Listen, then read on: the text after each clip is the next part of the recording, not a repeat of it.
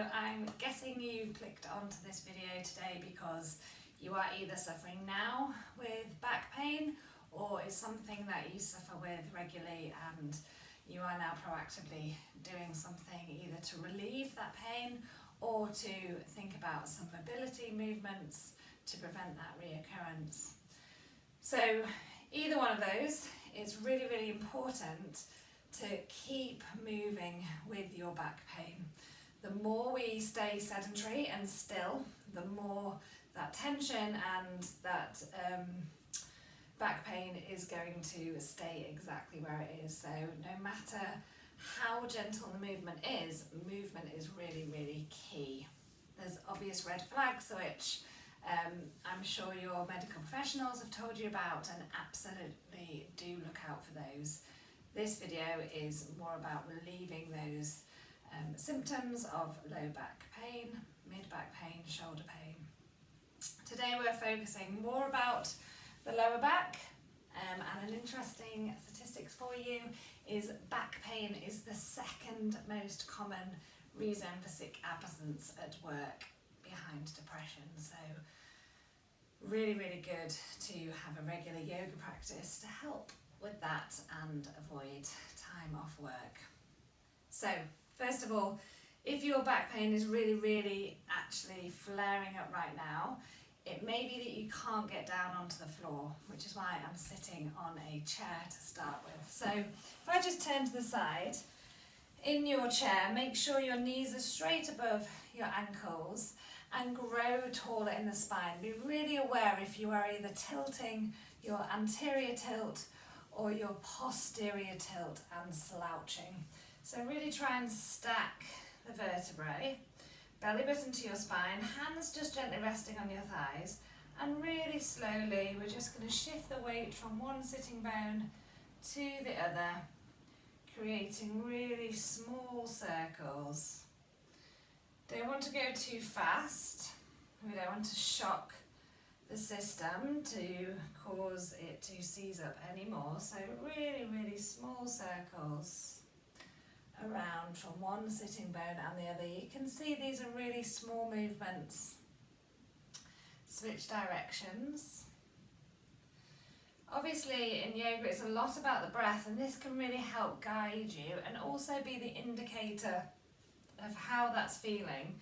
As we inhale, we come forwards, and as we exhale, come back. If you find yourself holding your breath, that's a good place to stop and exhale and send those messages to the brain. This is okay, this is helping, this is easing.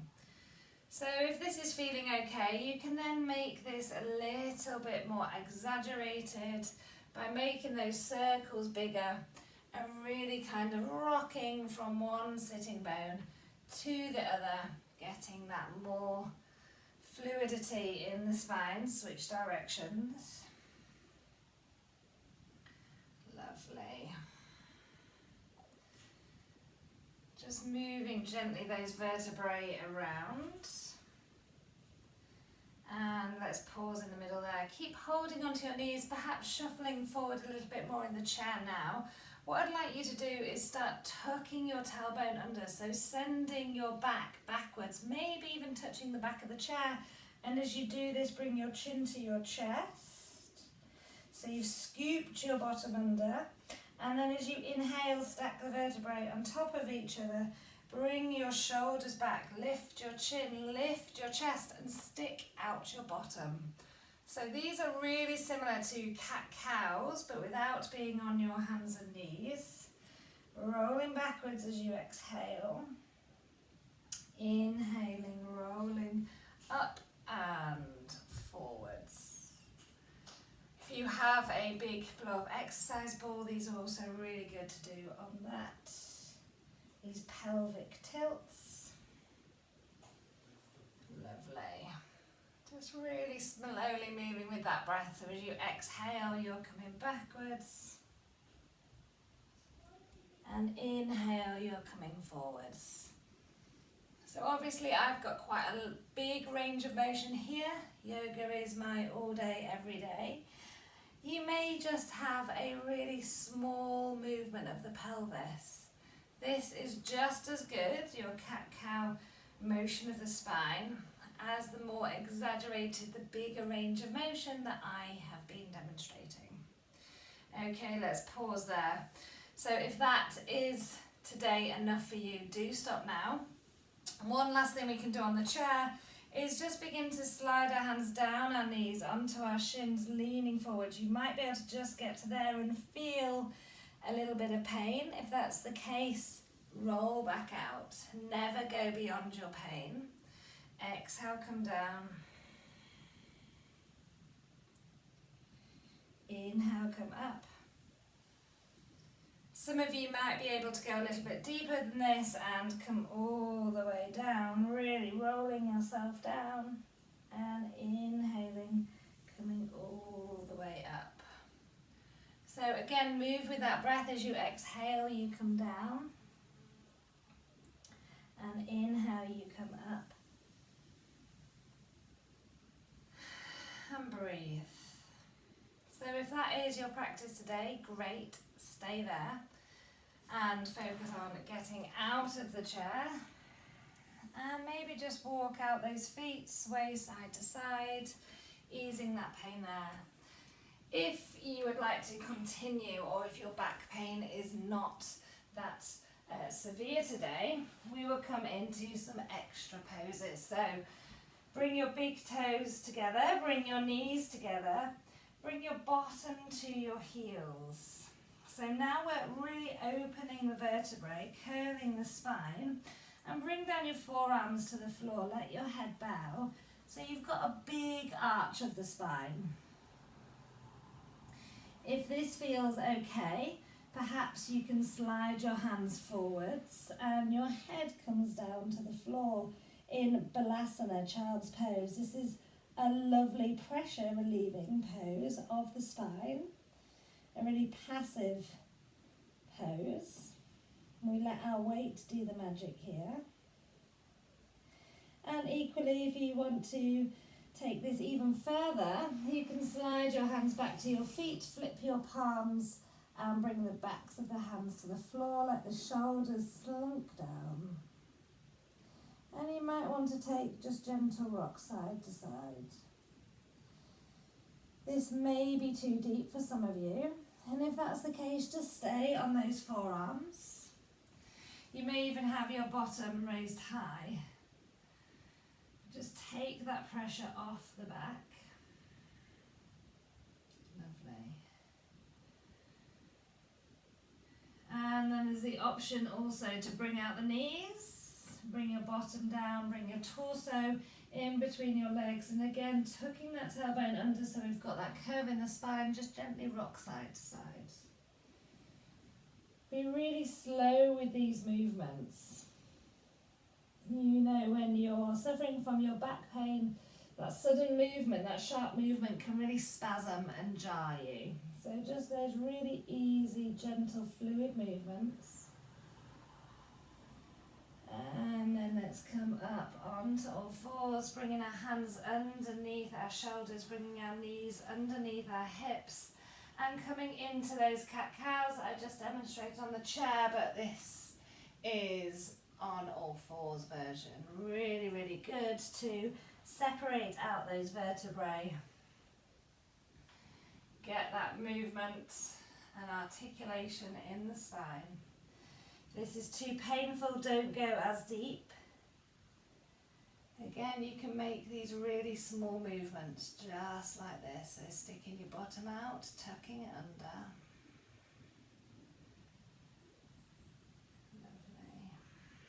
Pause here with a flat back and just gently sway those hips side to side on that sideways plane of our body. So just taking the tailbone past the midline, back to the midline, and then past the midline on the other side. Imagine a dog wagging its tail, so your shoulders are stable. Just gently moving the spine here.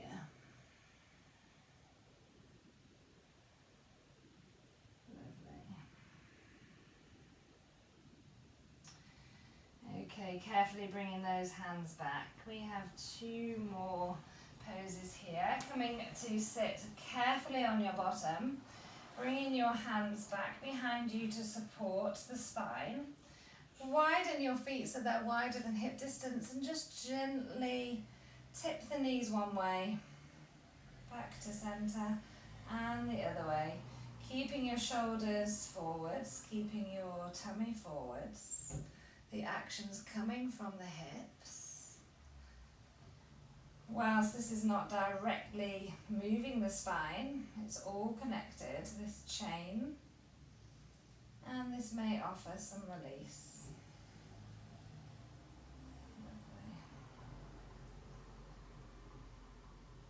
Okay, finally this can be done on a wall or a chair.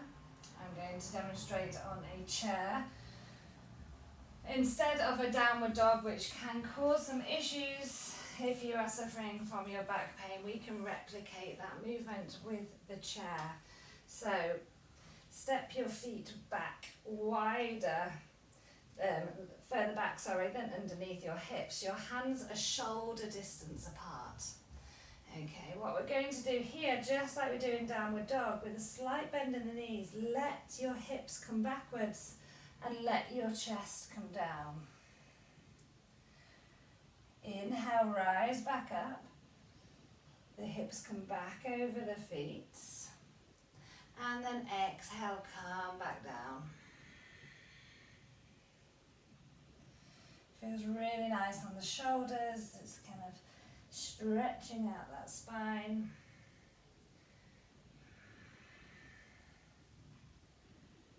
Lovely. And then walk those feet back in.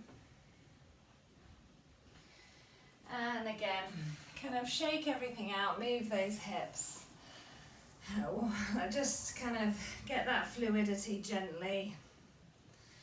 And the more you do this, the more mobile that lower back will come, coupled with a yoga or Pilates practice where we're really strengthening the core, will really also help protect the lower back. That TVA breathing, that transverse abdominis breathing will also really help to support the lower back to prevent future injury. Really hope that this is of benefit to you. If you do like it, click like, do comment, share it. I'd love to hear your feedback, and good luck with your back.